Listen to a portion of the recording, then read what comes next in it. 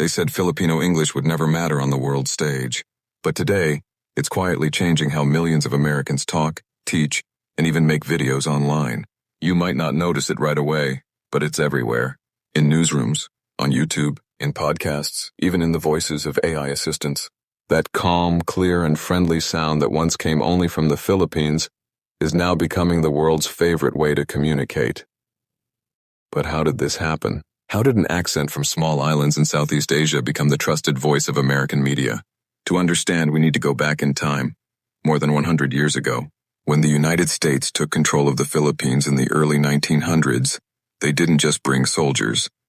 They brought something else. The English language. Back then, American teachers opened schools all across the Philippines. But they didn't just teach English as a subject. They made it a way of life. Students learned to read, write, and even think in English. The goal was simple: help Filipinos talk directly with Americans. And it worked. In just a few generations, the Philippines became one of the most English-speaking countries in the world. But something special happened along the way. Filipinos didn't just copy American English. They changed it, shaped it, made it their own. Their way of speaking was different. Smooth, polite, but full of confidence. It had warmth, kindness, and respect in every word. People could understand them easily. Their English sounded friendly, natural, and clear, a voice that made others feel comfortable.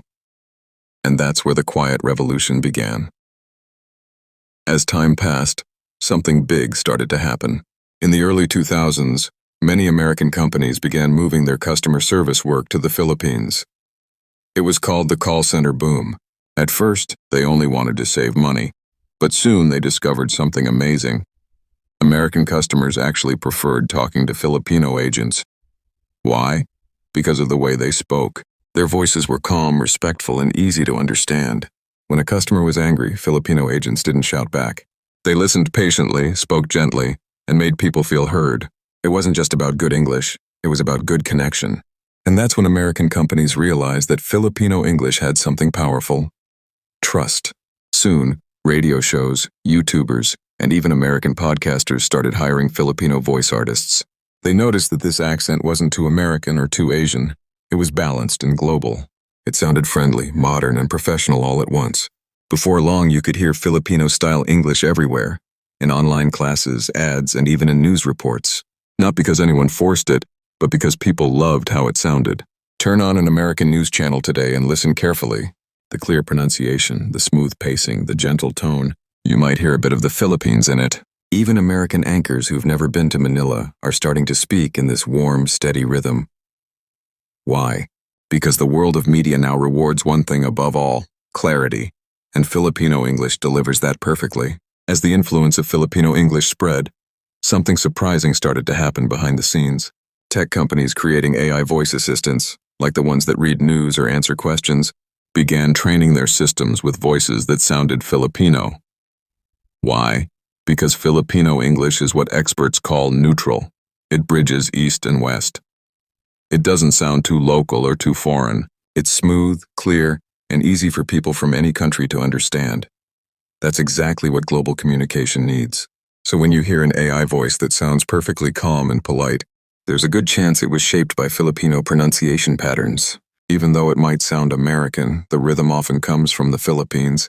That means the same tone used by Filipino call center agents years ago is now the base for how artificial voices around the world speak to billions of people. But this story isn't just about technology. It's also about soft power, the kind of quiet influence that changes the world without people realizing it. The Philippines has given the world millions of English-speaking professionals, teachers, journalists, broadcasters, writers, but what's leaving the deepest mark is their sound. That friendly, respectful, and trustworthy tone has become a global model for communication. Many American news producers have even admitted that when they look for international voices for their shows, they want someone with that clear, balanced accent. They might not call it Filipino English, but that's exactly what they're looking for. An accent that sounds confident but never harsh, friendly but never fake. That's why voice coaches in the US now train students to speak with a tone that's neutral, which without knowing it sounds a lot like Filipino English, soft, smooth, and global. At the same time, more and more Filipino journalists are being hired by American media networks. Their success shows that clarity is stronger than bias. Audiences don't care where someone's from, as long as they can deliver news with honesty and emotion. And Filipino anchors bring exactly that. They've turned what was once seen as a foreign accent into one of the most respected sounds in world media today. That's not just progress, that's a quiet revolution, powered by the voice of a nation. Let's take a step back and ask, why does Filipino English connect so well with people all over the world? It's not just about pronunciation or grammar, it's about energy. The Filipino way of speaking carries something special: respect. It's not too fast or aggressive.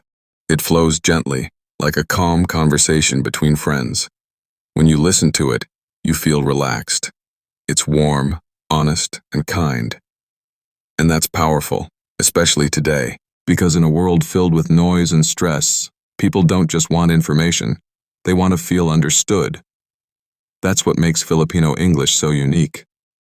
It doesn't just talk to you, it talks with you.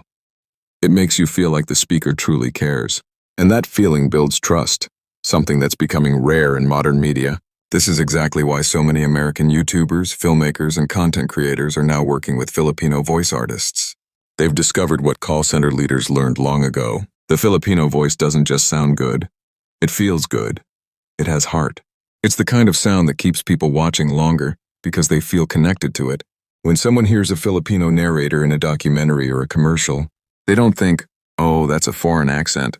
They think, wow, that sounds real. And that's the secret: authenticity. The Filipino tone is polite but confident, clear but friendly. It's not trying too hard to sound perfect, and that's what makes it perfect for today's world. People are tired of robotic voices and fake enthusiasm. They want something natural, something human. And Filipino English delivers that beautifully. In fact, this quiet influence mirrors a bigger cultural shift. For decades, American English was treated as the standard. But now, English has no single owner.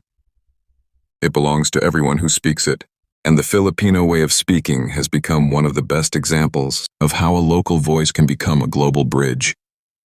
It connects East and West, formality and friendliness, professionalism and heart.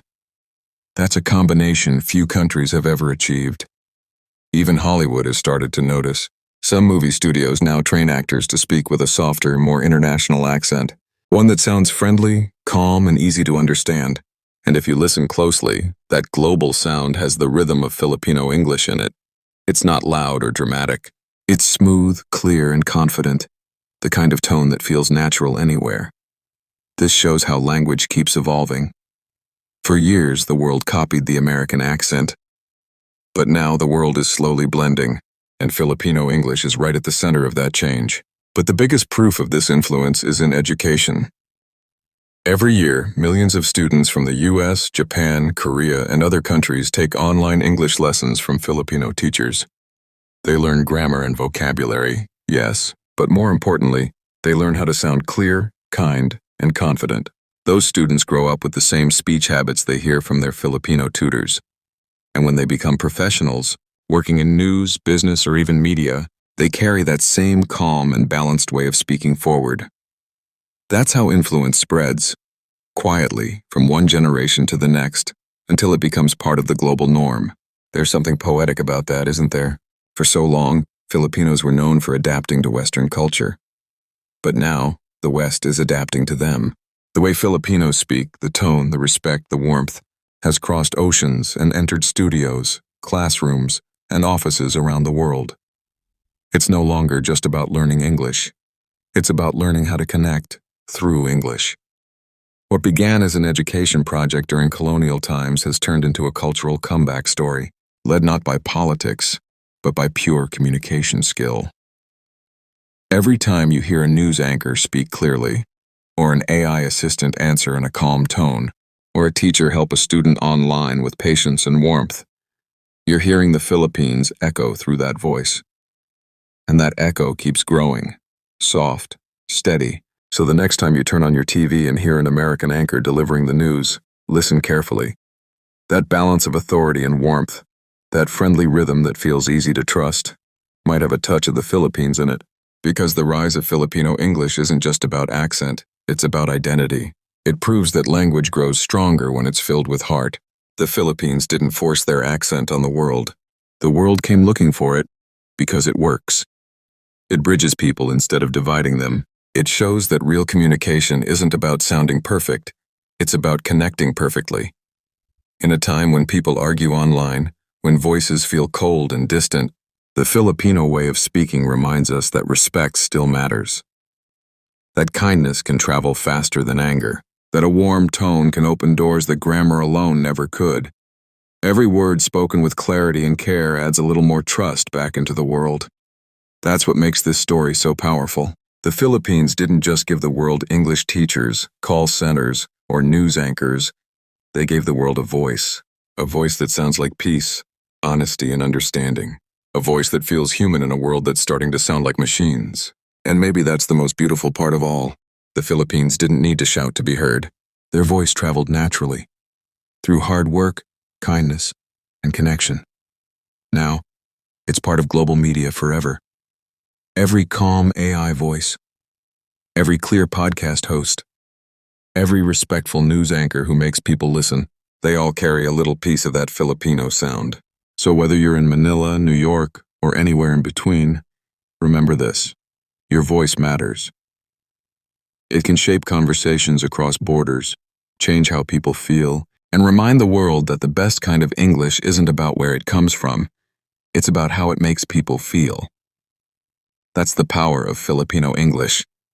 The sound of clarity, respect, and confidence. The sound that's quietly changing the world, one broadcast at a time.